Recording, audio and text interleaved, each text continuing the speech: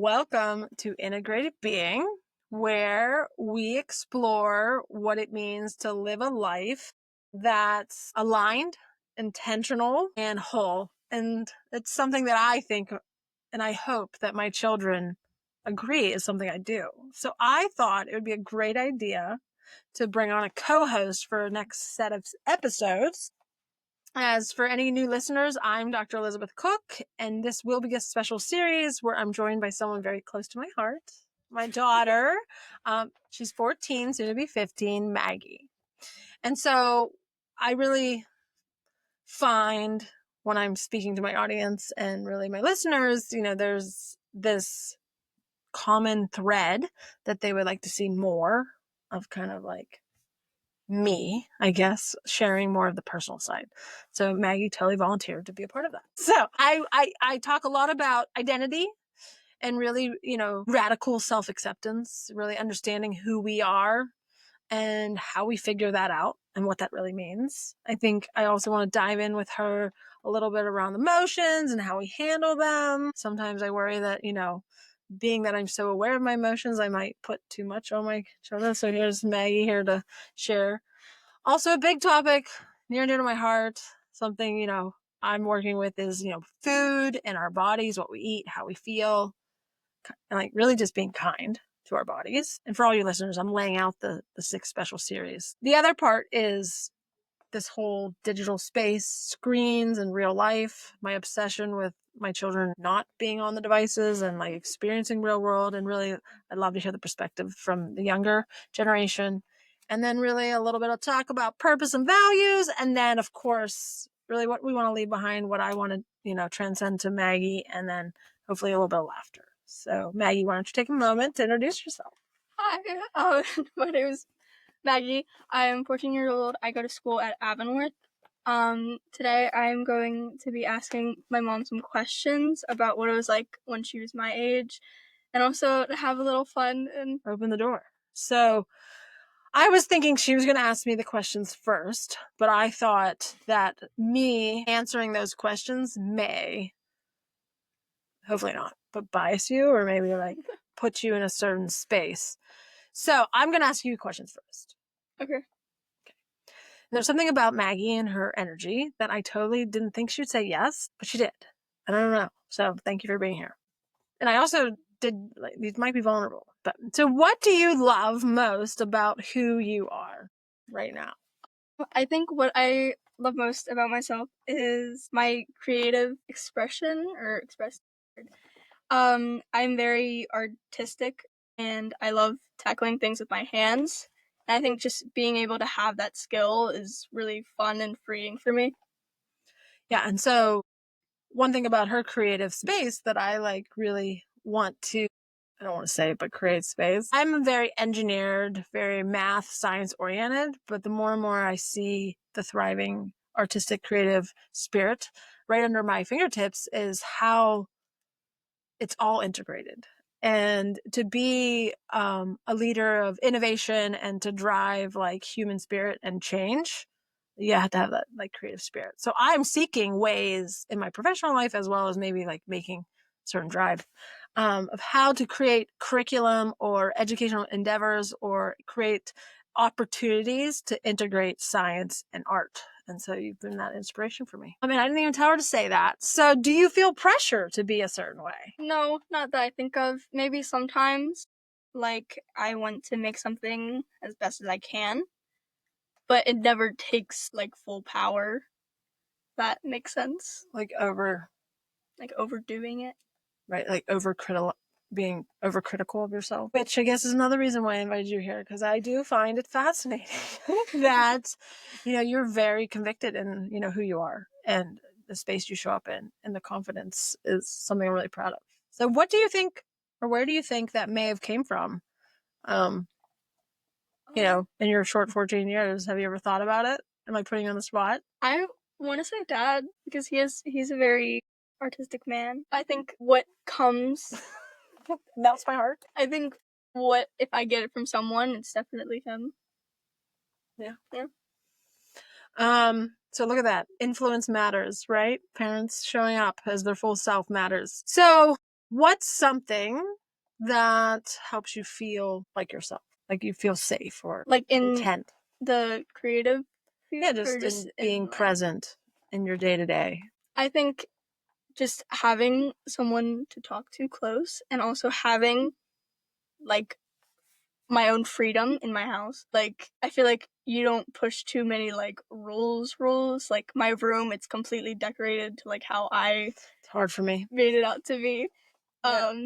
But my room is definitely like a space, safe space, and you've definitely let me have that growing up. Good to know. Good to know. So for our listeners, the goal is for this episode is there's a question of when do we become who we are and what is like truly does it mean to know who one is, which is very spiritual and I think philosophical, which is, a big part of this episode. So do you have any questions for me?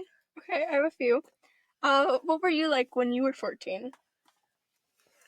Do we have all day? So I find, and maybe one of the reasons why I thought this was a awesome time to kind of open the door to this conversation is when I was 14, I was definitely moving through a space where I felt very alone and I was challenged in a great way personally by like my peers being pulled from me in ways that I could not control. And what that meant was my values and how I was raised, I did not want to partake in the activities that my friends were doing. So I found myself alone a lot. And I think is also the time that I became very philosophical and some say an old soul, maybe prior before my days, where this whole, when I think about why am I doing this now, I had constant ponderings of finding out who I was. And it really something powerful that my father said to me, especially in my low points where I felt lonely or didn't have friends or didn't feel like I was connecting or if I was doing the right things. In that sadness, my parents gave me safe space to express, whatever is happening at the moment.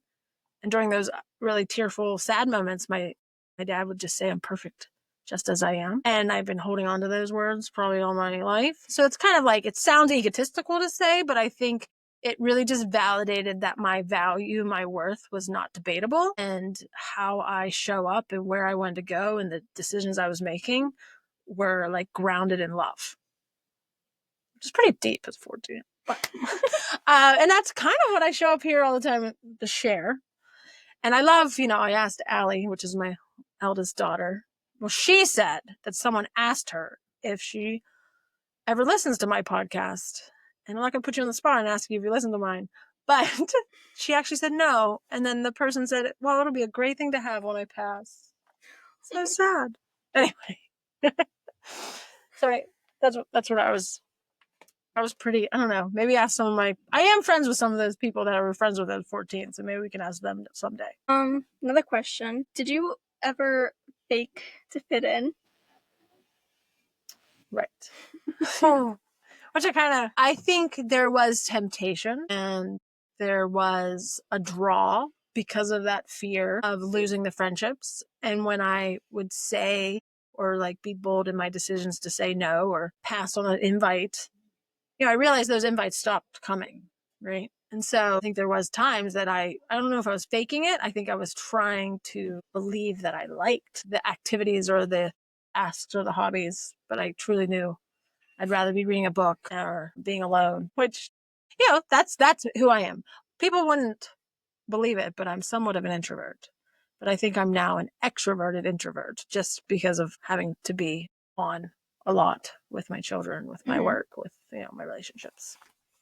But yeah, being what I just shared with you in regards to like assessing and making decisions based on, your peer groups and the space and time you're in, what are, and maybe you haven't thought about it, but areas or items or activities or hobbies or maybe routines that allow you to like stay grounded and rooted and like make decisions?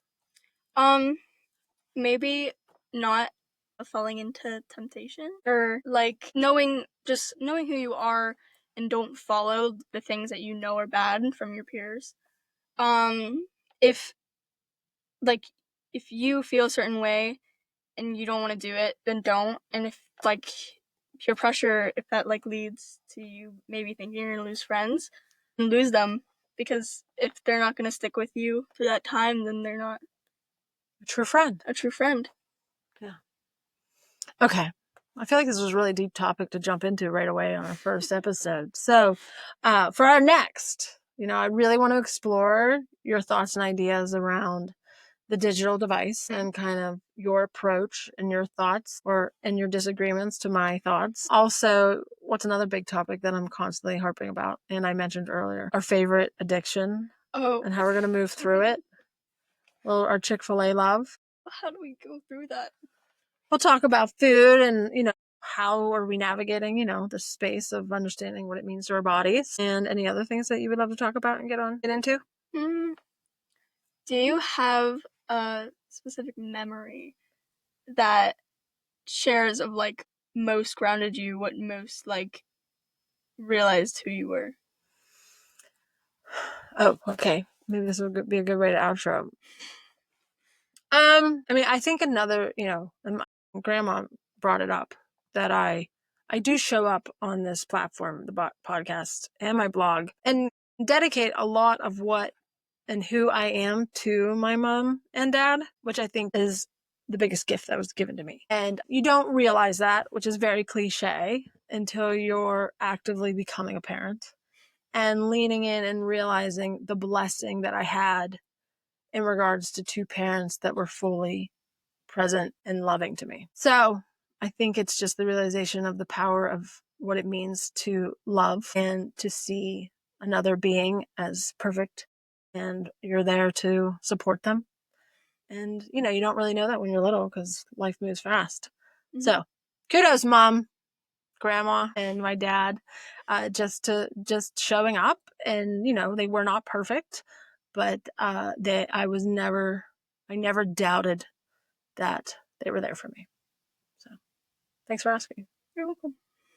Yeah, the power of being a present parent, I think, is a theme. So thank you, listeners. Hopefully this, I planted some seeds. Maggie shared some perspectives that really, remembering this idea that identity isn't a box that you check.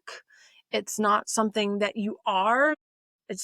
We become who we are through continuous growth and an awareness of what is happening in the decisions we make. And so just thank you for being here. And I look forward to jumping on here again.